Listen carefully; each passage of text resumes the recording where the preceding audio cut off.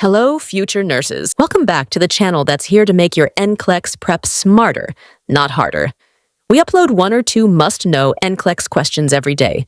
So if you are serious about passing, you are in the right place. Today, we are diving into questions related to shock, one of the most tested and critical concepts on the NCLEX. Trust me, you will want to stay until the end. This question might just show up on your exam. These are the kinds of details that separate a passing score from an exceptional one.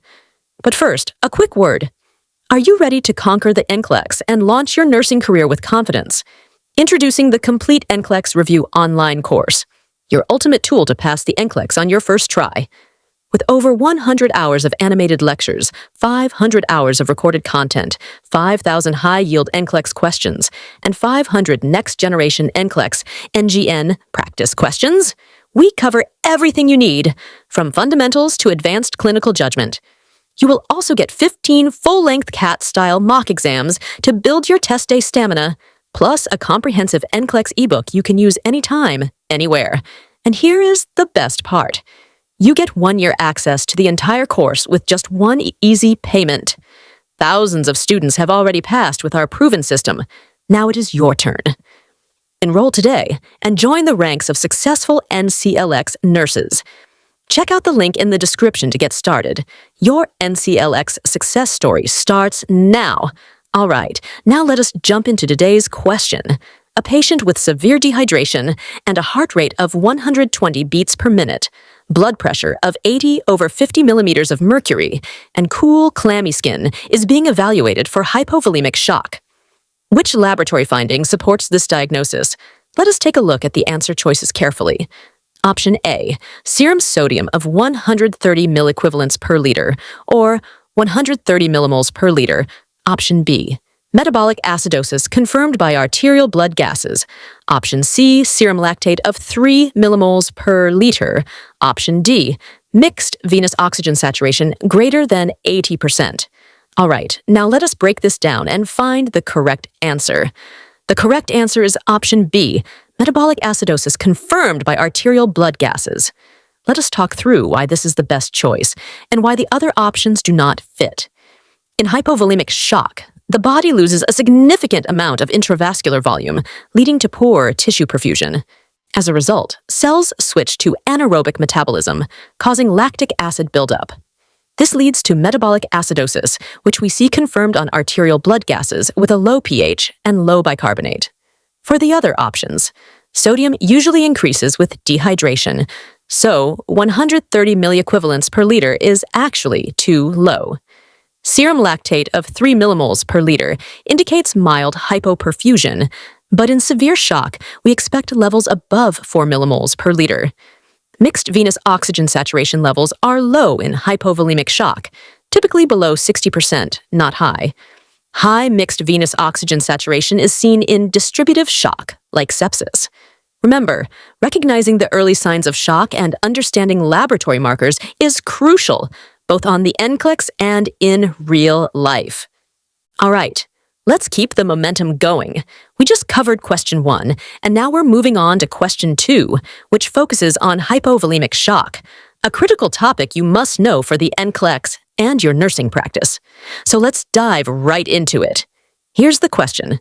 A trauma patient arrives in the emergency department with a blood pressure of 90/60 millimeters of mercury, heart rate of 120 beats per minute, and cool, clammy skin.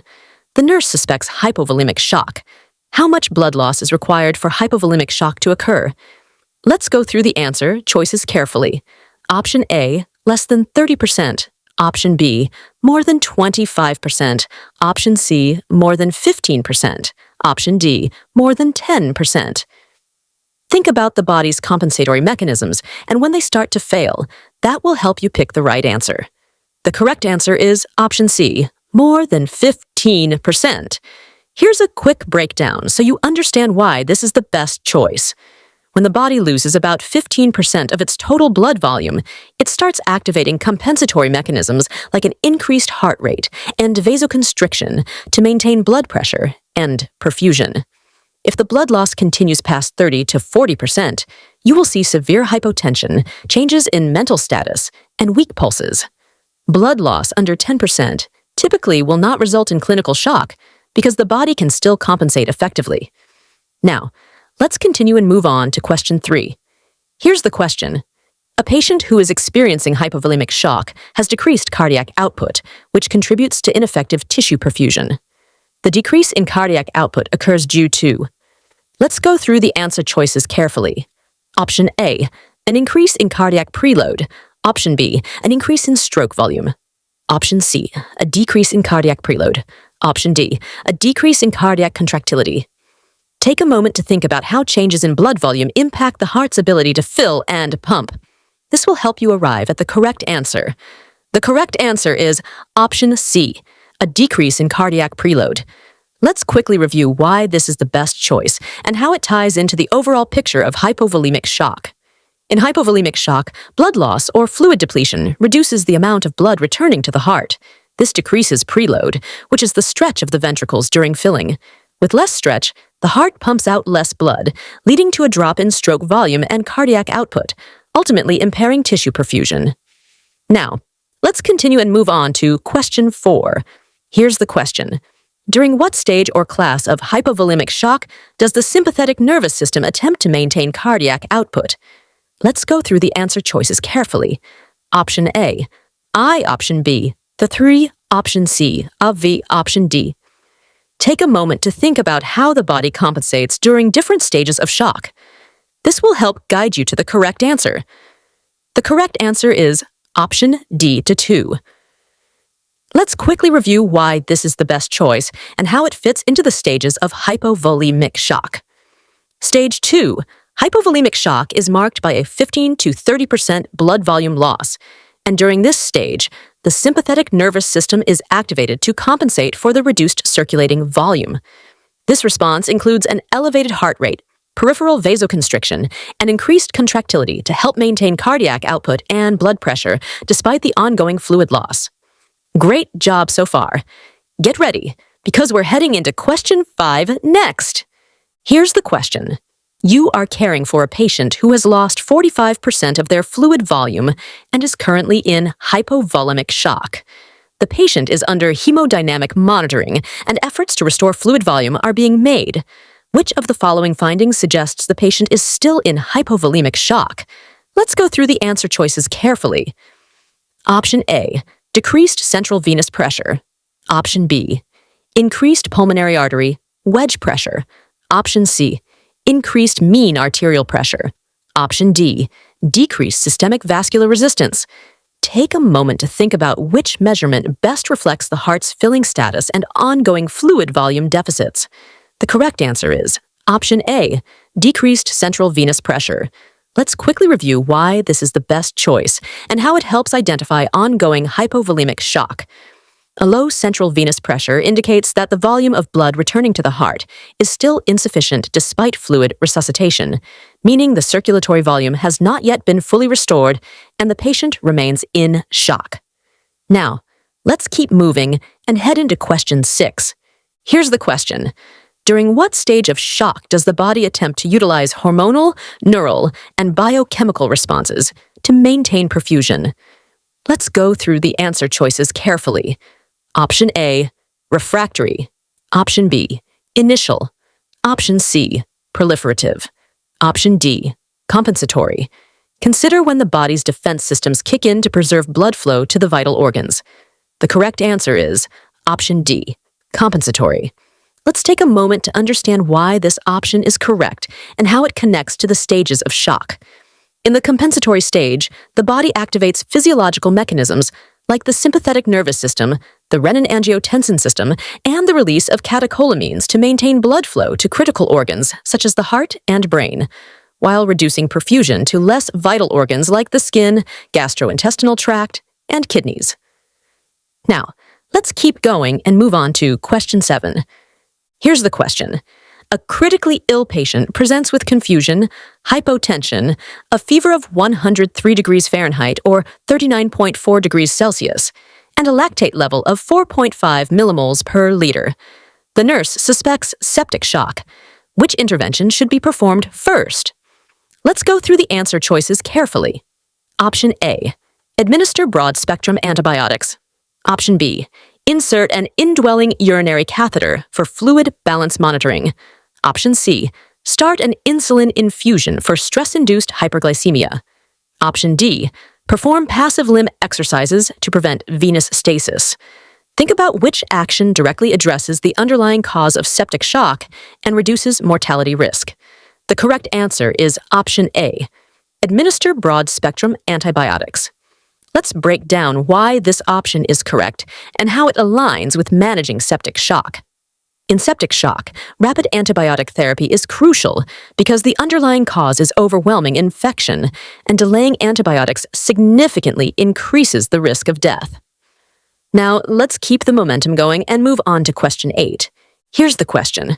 A patient with a severe peanut allergy suddenly develops wheezing stridor, swelling of the face and lips, and a blood pressure of 78/45 millimeters of mercury. The nurse should immediately administer. Let's go through the answer choices carefully. Option A, diphenhydramine, also known as Benadryl. Option B, epinephrine, also known as adrenaline. Option C, albuterol, also known as Ventolin. Option D, hydrocortisone, also known as Solu-Cortef. Focus on which medication acts the fastest to reverse life-threatening airway and circulatory collapse. The correct answer is option B, epinephrine, also known as adrenaline. Here's why this is the right choice and how it connects to managing anaphylaxis.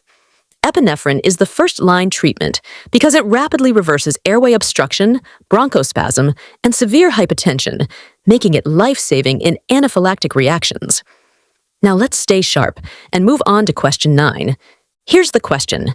A patient with a spinal cord injury at T3 is experiencing bradycardia, hypotension, and warm skin. Which position is best to optimize perfusion? Let's go through the answer choices carefully. Option A, sitting upright at a 90-degree angle. Option B, lying flat with the legs elevated. Option C, placed in the Trendelenburg position. Option D, positioned on their side with knees bent. Focus on which position will help improve venous return and stabilize blood pressure. The correct answer is option B, lying flat with the legs elevated. Let's go over why this is the best choice and how it supports circulation in neurogenic shock. Elevating the legs increases venous return to the heart, which boosts preload and helps improve blood pressure in the setting of vasodilation and hypotension. Now let's stay focused and move on to question 11. Here's the question. A patient with severe burns and dehydration is being monitored. Which assessment finding requires the nurse's immediate intervention? Let's go through the answer choices carefully. Option A, heart rate of 120 beats per minute. Option B, systolic blood pressure of 110 millimeters of mercury. Option C, capillary refill time of 2 seconds. Option D, urine output of 40 milliliters per hour. Think about which finding signals early deterioration and risk of progressing to shock. The correct answer is option A, heart rate of 120 beats per minute. Let's explain why this is the right choice and how it connects to early warning signs. Tachycardia is one of the first indicators that the body is trying to compensate for fluid loss, and if not addressed, it can quickly progress to hypotension and organ failure. Now, let's keep the pace and move on to question 12. Here's the question. Which statements are incorrect about the compensatory stage of shock? Select all that apply. Let's go through the answer choices carefully. Option A, this stage is reversible. Option B, during this stage, blood is shunted away from the kidneys, lungs, skin, and gastrointestinal system to the brain and heart. Option C, during this stage, blood flow to the kidneys is reduced, which causes the kidneys to activate the renin-angiotensin system, and this will lead to major vasodilation in the arterial and venous system. Option D, one hallmark sign of this stage is that there is an increase in capillary permeability. Option E, a patient is at risk for paralytic ileus during this stage. Focus on which statements reflect a misunderstanding of the compensatory stage mechanisms. The correct answers are option C and option D. Let's clarify why these are the correct choices and how they relate to the compensatory stage. Get ready, because we're moving on to question 13 next. Here's the question. A patient has just undergone abdominal surgery and is now 1 hour post-operation. During the procedure, the patient lost 20% of their blood volume and is exhibiting signs of hypovolemic shock. Which of the following positions should the nurse place the patient in to optimize perfusion? Let's go through the answer choices carefully. Option A. Place the patient in the modified Trendelenburg position with legs elevated. Option B. Position the patient in the Trendelenburg position with head lowered and legs elevated. Option C.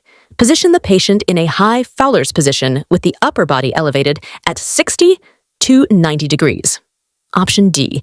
Position the patient flat in a supine position with no elevation of the legs. Focus on which position improves venous return and supports circulation in hypovolemic shock. The correct answer is option A. Place the patient in the modified Trendelenburg position with legs elevated. Let's break down why this is the correct choice and how it supports perfusion.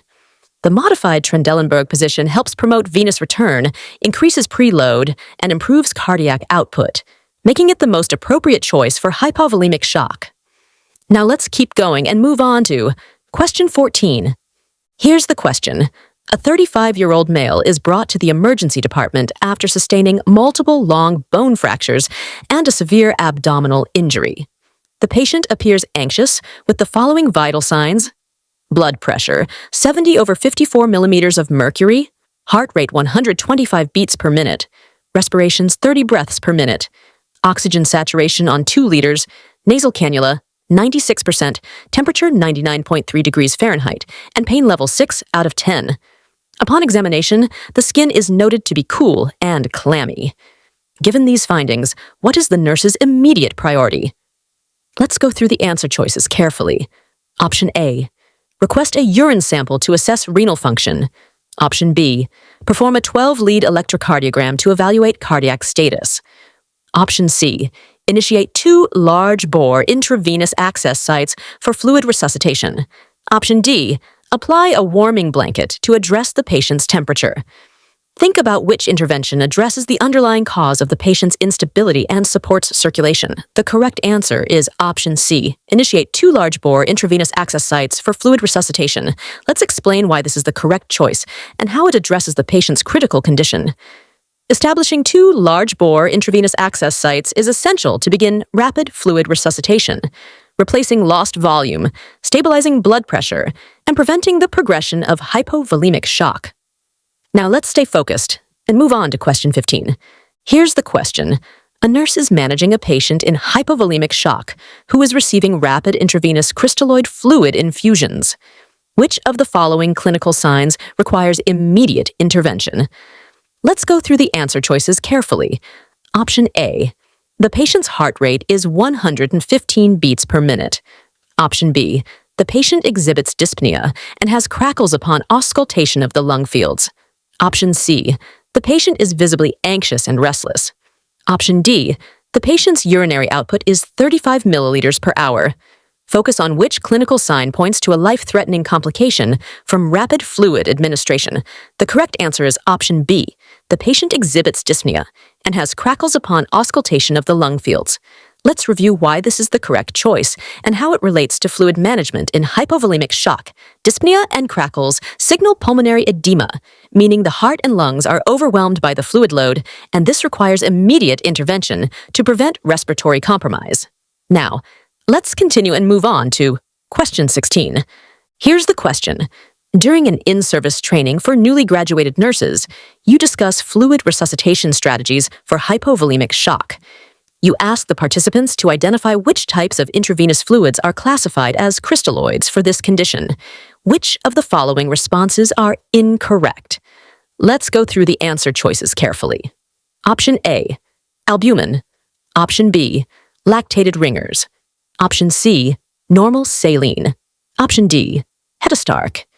Consider which fluids are classified as colloids rather than crystalloids. The correct answers are option A and option D. Let's explain why these are the correct choices and how they relate to fluid resuscitation.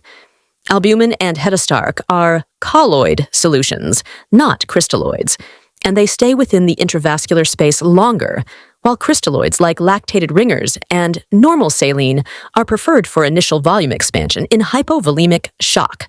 Now let's keep moving and go on to question 17. Here's the question. Which of the following statements accurately describe the properties and clinical considerations of colloid solutions? Let's go through the answer choices carefully. Option A. Colloid solutions consist of large molecular components that are too large to pass through capillary walls, thereby helping to retain fluid within the intravascular compartment for a longer period than crystalloid solutions. Option B. Due to their smaller molecular size, colloid solutions easily cross the capillary membrane, leading to a more transient effect within the intravascular space compared to crystalloid solutions. Option C. Nurses should be vigilant for signs of allergic reactions, including anaphylaxis, when administering colloid solutions. Option D. Colloid solutions are classified as hypertonic fluids, which draw fluid from the interstitial space into the blood vessels, raising the risk of fluid overload. Focus on which statements correctly reflect the molecular properties and safety considerations of colloid solutions. The correct answers are Option A and Option C. Let's explain why these are the correct choices and how they apply in practice. Colloid solutions contain large molecules that remain in the intravascular space and carry a risk of allergic reactions, requiring close monitoring during administration. Now let's keep going and move on to question 18. Here's the question. A nurse is caring for a patient receiving aggressive fluid resuscitation due to hypovolemic shock. Which of the following interventions should the nurse prioritize to ensure the best outcomes? Let's go through the answer choices carefully. Option A. Administer fluids as quickly as possible to restore volume rapidly. Option B. Ensure the fluids are warmed before infusion to prevent complications. Option C. Change the infusion tubing between fluid bags to prevent contamination. Option D. Position the patient in a supine position for optimal fluid distribution. Think about which intervention prevents a critical complication during rapid fluid administration. The correct answer is Option B. Ensure the fluids are warmed before infusion to prevent complications. Let's explain why this is the correct choice and how it helps achieve better patient outcomes. Warming the fluids prevents hypothermia, which is vital because cold fluids can impair clotting, enzyme function, and immune response, all of which are crucial for a patient in hypovolemic shock. Now, let's stay focused and move on to question 19. Here's the question. A patient in hypovolemic shock is experiencing significant blood loss and requires support for clotting. Which type of fluid should the nurse administer to address this need? Let's go through the answer choices carefully. Option A. Platelets. Option B. Albumin. Option C. Fresh frozen plasma. Option D. Packed red blood cells. Focus on which fluid provides the necessary clotting factors to help stop bleeding. The correct answer is Option C, fresh frozen plasma. Let's explain why this is the correct choice and how it addresses the patient's needs. Fresh frozen plasma provides essential coagulation factors needed to control bleeding and stabilize clot formation, making it the best choice for a patient in hypovolemic shock with blood loss. Now, let's keep going and move on to question 20. Here's the question. Which of the following intravenous solutions are not classified as colloids? Let's go through the answer choices carefully. Option A, fresh frozen plasma. Option B, albumin. Option C, normal saline, 0.9% sodium chloride. Option D, lactated ringers. Option E, hetastarch. Option F, platelets. Focus on which solutions are crystalloids rather than colloids. The correct answers are Option C and Option D. Let's explain why these are the correct choices and how they compare to colloid solutions. Normal saline and lactated ringers are crystalloid solutions, meaning they contain small molecules that easily move across membranes, unlike colloids, which have larger molecules that stay in the vascular space. That brings us to the end of this session on shock, one of the most critical topics you'll encounter in both the NCLEX and real-world nursing practice. You've worked through key questions, learned high-yield concepts, and sharpened your clinical judgment. Remember, recognizing the signs of shock and knowing how to intervene can save lives. Keep reviewing, stay curious, and believe in your preparation. Thanks for watching. Make sure to like, share, and subscribe for more NCLEX prep content, and we'll see you in the next video to help you move one step closer to becoming a confident, practice-ready nurse.